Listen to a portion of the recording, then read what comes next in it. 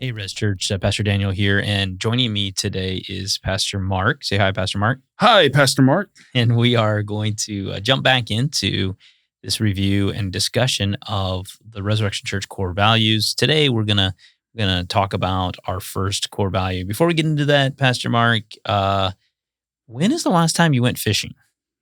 Last time I went fishing, I went fishing for a couple days. I took a couple days off, and I went to Lake Ming, and I caught absolutely nothing. But it was an incredible day of fishing. I didn't get a bite. I didn't get anything. But there was no one out there, and the temperatures are great. The sun was out, Oh, that's awesome. and I got to see God's glory and have some rest while I was out doing it, fishing. Oh, so They say a bad day fishing beats the best day at work. exactly. I don't agree, but I do like Oh. fishing. I like work, so I don't know. I could agree, but yeah, I need to get out and fish again. I got a couple kids that actually enjoy it, but I have to pull them out there and I have to make it happen. So Yeah. yeah. I'm going to try to pull together a group from the church to go deep sea fishing. I think it's going to be fun. I don't know when we're going to be able to do that, but man, that sounds like a blast. Sounds like a good midsummer sort of thing when it gets like baking in Bakersfield. It's like go to the coast where it's nice. 60 degrees out on the water. It'll be beautiful. Love it. Awesome. Well, we're going to be covering our first core value today. That's the value of identity. Our core value says this: believers are God's treasured possessions, sons and daughters of the King. We must realize this new identity by living dynamic, spirit-led lives with entirely new priorities and standards. Mr. Mark, why do you think the elders with conviction wanted this to be both one of the core values and the first core value? Because you have to be rooted in Christ, right? You have to be rooted there. And if you don't understand who you are in Christ, everything goes off the rockers. I mean, it is so tough. I definitely have stories upon stories of where I've had my identity tied into position or tied into jobs or tied into marital status or different things. And man, that was a rough time, right? And without understanding who you are and what God's created you to do, it's really hard to go anywhere else. You know, it's interesting that we have this term identity and we have this description about being rooted as a child of God and new creation and new values, and all of those things are right out of the Bible. These aren't new things. These are things that are 2,000 plus years old. I mean, go all the way back to the New Testament and read this about what Jesus would say about us, about what Paul will say about us, so on and so forth. But yet here in modern time in 2023, has identity ever been a bigger issue and a bigger source of dysfunction in our culture today? I mean, my goodness, you can't look anywhere without just massive identity issues around gender, around sexuality, around work and performance, around social status. I mean, social media. Let me pretend to be someone else who's valued more than I think I value myself. I mean, it seems like maybe one of, if not the largest.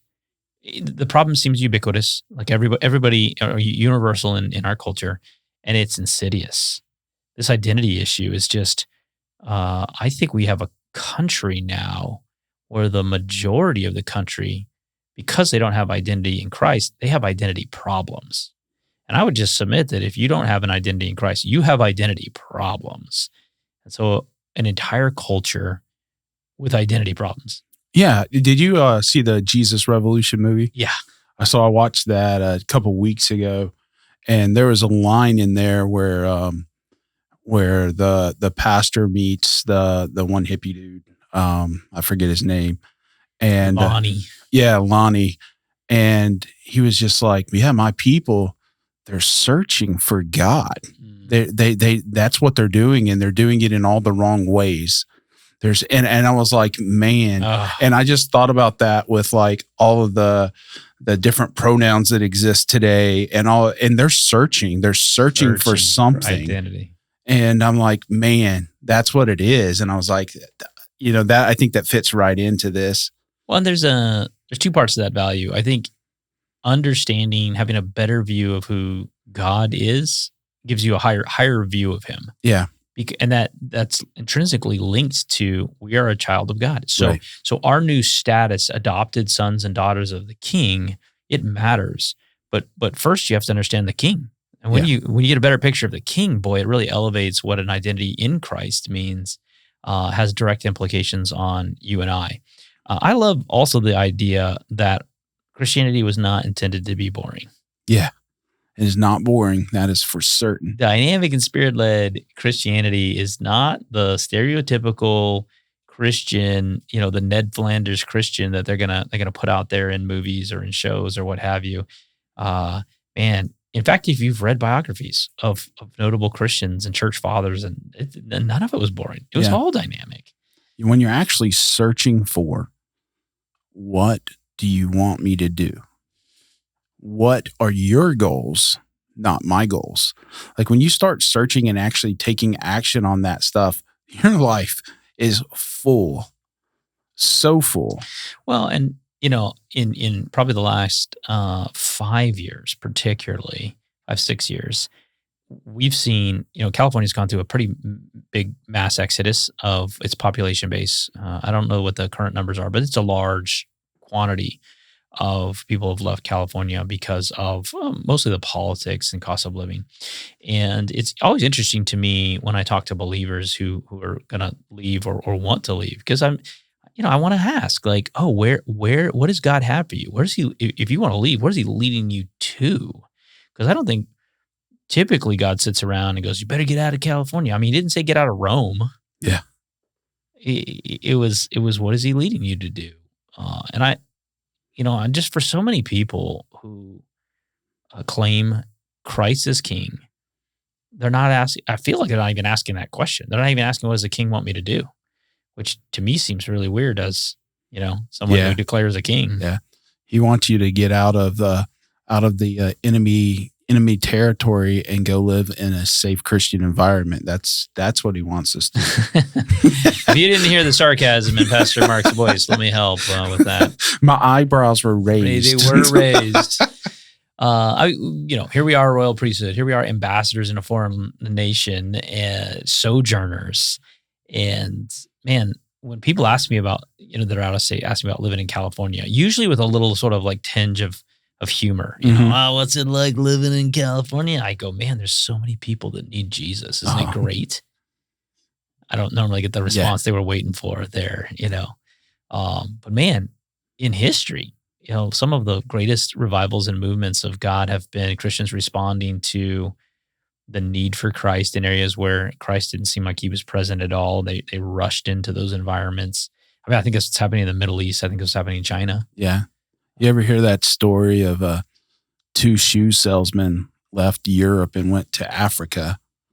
And the correspondents back were completely different when they went to the same areas. The first one says, terrible, terrible. No one here wears shoes. We don't have a market. And the second one says, what an incredible opportunity. No one has shoes yet. Right. No, perspective matters. Yeah. And listen, your perspective is an outpouring of your identity. Right. Right. And when we say live spirit-led lives, and then it says with entirely new priorities and standards, where are they coming from? It's coming from God, right? So now we're saying we are going to live by obedience to God, go where He tells us to do, and we're going to look at things the way He says we should look at things. Well, and in some sense, when you ask a Christian, hey, what are the priorities right now? I mean, if they haven't already, the answer should be, well, let me go ask Dad. Yeah. I'm not sure. That's not for me to decide. I'm not the king. So what does this value, identity, and sort of grasping hold of this identity in Christ, but also this idea of being spirit-led, what does it look like in your life, in practice, to try to live a spirit-led life? It is intentional. You can't live a spirit-led life without the intentionality of, I'm going to live a life that's dependent on the Spirit to guide me. And so you have to figure out in a way how do I do that? How do I live intentionally? You have to start your morning with intentionality, which is not the easiest thing to do for a guy that doesn't like to check the check boxes. I'm Yeah. not a checkbox guy. And so for me to wake up in the morning and go, I need to be intentional. So let me go to checkbox one. That's tough for me. Yeah. But it's that love, it's that change that God has inside of us that really drives that home. But you have to be intentional. You have to set aside time to talk to God. Mm. You have to set aside time to just be quiet, Right. to shut out the noise, to hear what He's saying back. I remember when we first moved to Bakersfield, um, I would be driving into work at Kern Medical. And so I would be coming up Mount Vernon. And it was such a culture shock coming from South Carolina, a country town, to Bakersfield. And I remember just driving into work and I would say, God, help me see things the way you see things. Help me hear things the way you hear them. Help me be sad at the things that you're sad at. I remember looking at people and just tears coming to my eyes because I was asking God, hey, show me, help me understand. And I had time to be able to do that. And so without intentionality, it is super tough to live a life that's dynamic, relying on God.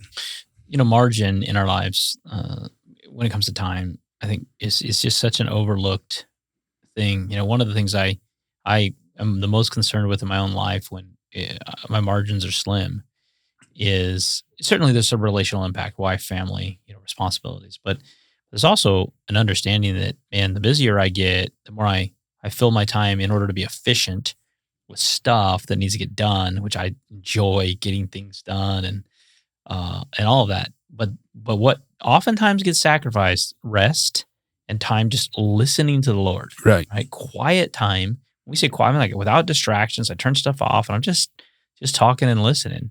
It's so And easy to say, I spent time with God today because I read my Bible. right. And you did. You were able to hear you were able to hear God's written word, right? You were able to get that in at least. But did you have any time to sit in quiet and to ponder what God is telling you? It's good. It's good. Pastor Mark, appreciate you spending some time with us going through this value today. At church, we hope this was encouraging to you. Until we talk next time, may the Lord bless and keep you.